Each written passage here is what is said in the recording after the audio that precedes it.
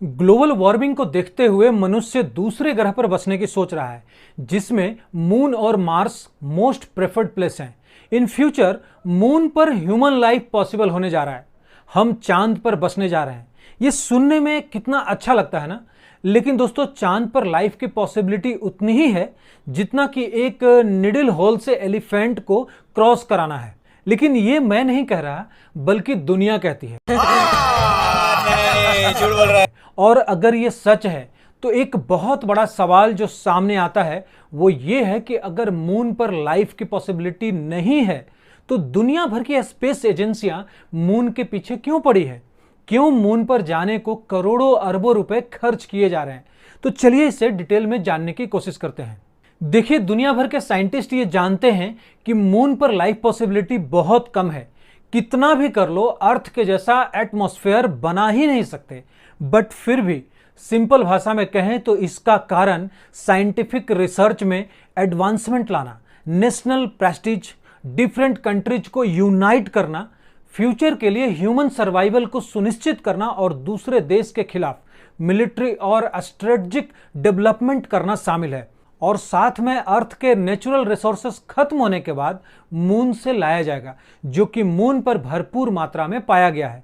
लेकिन इन सब रिसोर्सेस के लिए चांद पर माइनिंग की जरूरत पड़ेगी और माइनिंग के लिए मनुष्यों को वहां रहना पड़ेगा। बट चांद पर रहना कितना मुश्किल होने वाला है, ये आप वीडियो में आगे जानने वाले हो। देखिए, मून पर बसने या फिर घर बनाने का कॉम्प्लेक्स प्रोसेस शुरू होता है पृथ्वी से चांद तक के सफर से।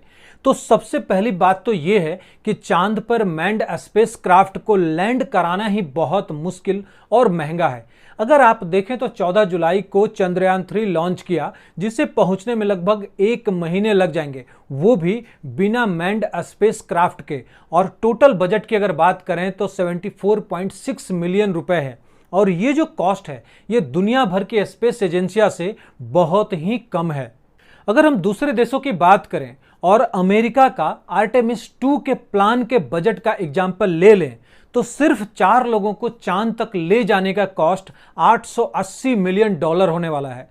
SLS दुनिया का सबसे शक्तिशाली रॉकेट है, जो ओरिजिनल सैटर्न V लॉन्चर से 15% ज्यादा पावरफुल है, जो पहली बार अंतरिक्ष यात्रियों को चंद्रमा पर लेकर गया था। यह super heavy lift rocket 322 feet का है, जो स्टैच्यू ऑफ लिबर्टी से भी ज्यादा ऊंचा है और इसकी प्रति लॉन्च कॉस्ट $800 मिलियन है। तो इससे हमें सबसे पहले तो यह समझ में आता है कि मून तक का सफर अगर कम समय में करना चाहते हो तो पैसे ज्यादा लगेंगे, और अगर कॉस्ट कम करना चाहते हो तो टाइम ज्यादा लगेंगे, और दोनों के दोनों ही अच्छा नहीं है। अब मान लिया जाए कि चलो स्पेस क्राफ्ट मून की सतह पर, जो कि गड्ढों और पत्थरों से अटी पड़ी है, जिससे सुरक्षित लैंडिंग को खतरा है, पर सेफली लैंड कर गई। तब सबसे बड़ी प्रॉब्लम है चांद का एम्बियंस। चांद पर इंसानी बस्तियां बसाने में सबसे बड़ी मुश्किल है सूर्य। पृथ्वी के लिए सूर्य एक वरदान है, लेकिन चांद पर यह अभिशाप हो जाता है, क्योंकि सूर्य से आने वाला रेडिएशन सीधे चांद की सतह तक पहुंचता है, जिससे यहां तापमान पृथ्वी से 15 गुना ज्यादा गर्म होता है। एक्चुअली मून पर लगभग 15 दिनों के लिए चांद का सरफेस एक उबला हुआ नरकंकाल बन जाता है। मून के जिस पार्ट पर सनलाइट पड़ती है वो पार्ट 120 डिग्री के ऊपर तक के तापमान पर चला जाता है, जहां मनुष्य उबलता हुआ लावा देखते देखते बन जाएगा। अब देखें तो चंद्रमा और पृथ्वी सूर्य से लगभग समान दूरी पर है, इसीलिए उन्हें इक्वल पावर का सनलाइट मिलता है। तो पृथ्वी और चंद्रमा का तापमान एक समान होना चाहिए, लेकिन ऐसा बिल्कुल नहीं है। चंद्रमा में पृथ्वी की तरह सनलाइट को एब्जॉर्ब करने के लिए एटमॉस्फेयर नहीं है, और इसीलिए सरफेस बहुत ही ज्यादा गर्म हो जाता है। चंद्रमा पर वायुमंडल की कमी के कारण चंद्रमा की रातों के दौरान गर्मी बाहर निकल जाती है, जिससे सरफेस काफी ठंडा हो जाता है और टेम्परेचर -270 डिग्री के आसपास चली जाती है, जिसमें एक ह्यूमन बॉडी का कुल्फी जमने में 15 सेकंड लगेंगे। तो ऐसे में चांद पर रहना तब तक संभव नहीं है जब तक कोई ऐसा बेस न बना लिया जाए जिसका टेम्परेचर एक आदमी के रहने लायक हो, जैसा कि अर्थ पर मौजूद है। एक ऐसा बेस जो दिन में 120 डिग्री सेल्सियस के झुलसने वाली गर्मी से बचा सके और रात के वक्त -270 डिग्री के भयानक ठंड से बचा सके।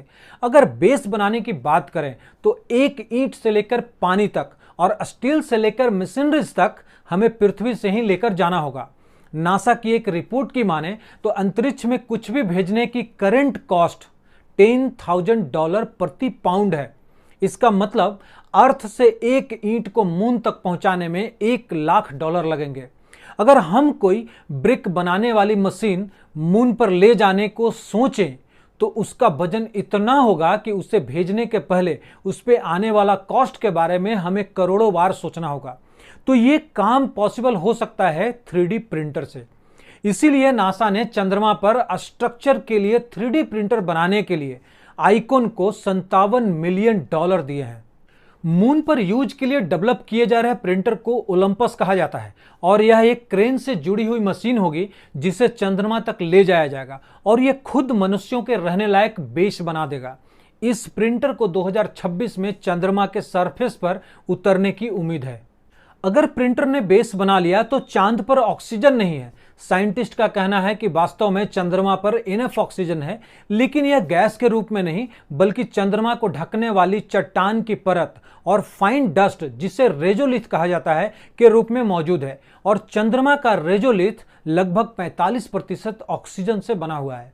अगर देखें तो रेजोलिथ के प्रत्येक घन मीटर में लगभग 630 किलोग्राम ऑक्सीजन शामिल है। नासा का कहना है कि मनुष्य को जीवित रहने के लिए एक दिन में लगभग 800 ग्राम ऑक्सीजन की आवश्यकता होती है, तो 630 किलोग्राम ऑक्सीजन एक व्यक्ति को लगभग 2 साल तक जीवित रख सकती है। चंद्रमा पर रेजोलिथ की औसत गहराई लगभग 10 मीटर है और हम इससे सारी ऑक्सीजन निकाल सकते हैं। इसका मतलब है कि 8 अरब लोगों को लगभग 1,00,000 वर्षों तक सांस लेने के लिए पर्याप्त ऑक्सीजन मिल जाएगा। वैसे चंद्रमा की चट्टानें सिलिका, एल्युमिनियम, आयरन और मैग्नीशियम ऑक्साइड जैसे खनिज से बने हैं और इन सभी खनिजों में ऑक्सीजन होता है। इलेक्ट्रोलिसिस के जरिए एल्युमिनियम को ऑक्सीजन से अलग किया जा सकता है।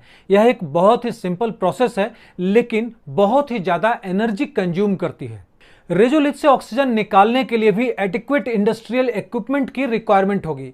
हमारे पास पृथ्वी पर ऐसा करने की टेक्नोलॉजी है, लेकिन इस डिवाइस को चंद्रमा पर ले जाना और इसे चलाने के लिए एनफ एनर्जी पैदा करना एक बहुत बड़ा चैलेंज है। ऑक्सीजन के बाद हमें जिंदा रहने के लिए खाने पीने की भी जरूरत है, सो हमें खाने पीने की चीजें भी मून पर ही उगाने होंगे। वैसे टेक्निकली चांद के मिट्टी में पौधे उगाना संभव है। सफिशिएंट फूड चाहिए तो सफिशिएंट पौधे भी उगाने होंगे, जो कि 120 डिग्री चांद के तापमान पर भी नहीं ग्रो कर सकते और -270 डिग्री के जमाने वाले ठंड में भी नहीं। इसका मतलब यह हुआ कि हमें पौधों के लिए भी एक अलग बेस बनाना होगा जो पौधों को प्रोटेक्ट कर सके। वैसे चंद्रमा की मिट्टी में फसलों के लिए कई न्यूट्रिएंट्स अवेलेबल हैं, लेकिन नाइट्रोजन की कमी है जो पौधों को ग्रो करने के लिए बहुत ही जरूरी होता है। दूसरी प्रॉब्लम है, इसमें एल्युमिनियम और क्रोमियम जैसे मेटल्स भी हाई लेवल में होती हैं जो पौधों के लिए जहरीली हो सकती हैं। हम वैसे हाइड्रोपोनिक नामक तकनीक का उपयोग करके इनमें से कुछ समस्याओं को दूर कर सकते हैं, लाइक मिट्टी के बजाय पानी में पौधे उगाना, एलईडी रोशनी के साथ कृत्रिम सूरज की रोशनी देना। लेकिन हाइड्रोपोनिक का एक बहुत बड़ा नुकसान है कि पानी की रिक्वायरमेंट बहुत ज्यादा होती है, जबकि चांद पर पानी की कमी है।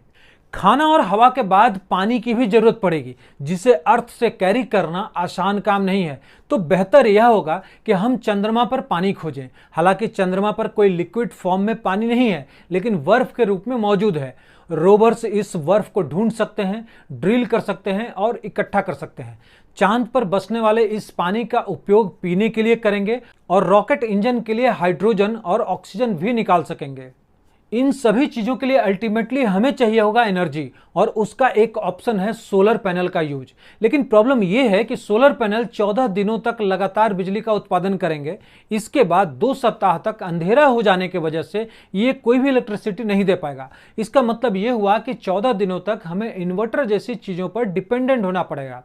बट अगर पैनल को उत्तरी या दक्षिणी ध्रुव में रख दिया जाए तो शायद कंटिन्यू इलेक्ट्रिसिटी हमें मिल पाएगी। वैसे न्यूक्लियर रिएक्टर भी एक ऑप्शन है, बट छोटे रिएक्टरों का वजन भी कई टन हो सकता है, जो कि एक अलग तरह की समस्या है, क्योंकि उन्हें पृथ्वी से ले जाने की भी जरूरत पड़ेगी। दूसरी पॉसिबिलिटीज है रेडियो आइसोटोप थर्मल जनरेटर। ये रेडियो एक्टिव मटेरियल है और कोल्ड आउटडोर इन्वायरमेंट के बीच तापमान के अंतर से इलेक्ट्रिक करंट जनरेट करके एनर्जी जनरेट करते हैं। चंद्रमा पर बिजली पैदा करने का सबसे कारगर तरीका एक छोटा परमाणु रिएक्टर है, जिसकी लागत करीब 1.3 बिलियन डॉलर होगी। वहीं अल्टरनेटिव के रूप में 34 सोलर पैनल से एक घर चलाने के लिए पर्याप्त बिजली पैदा कर सकते हैं, और इसकी तुलना में केवल $23,616 की लागत आएगी।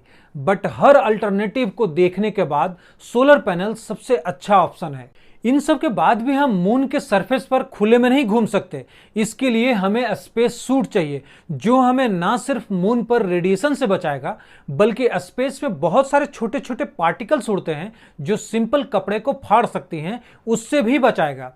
इसका वजन बिना बैकपैक लाइफ सपोर्ट के 21 केजी होगा, और एक सूट की प्राइस आज के डेट में $150 मिलियन से भी ज्यादा है, जिसका अपग्रेडेड वर्जन की कीमत $500 मिलियन हो जाएगी।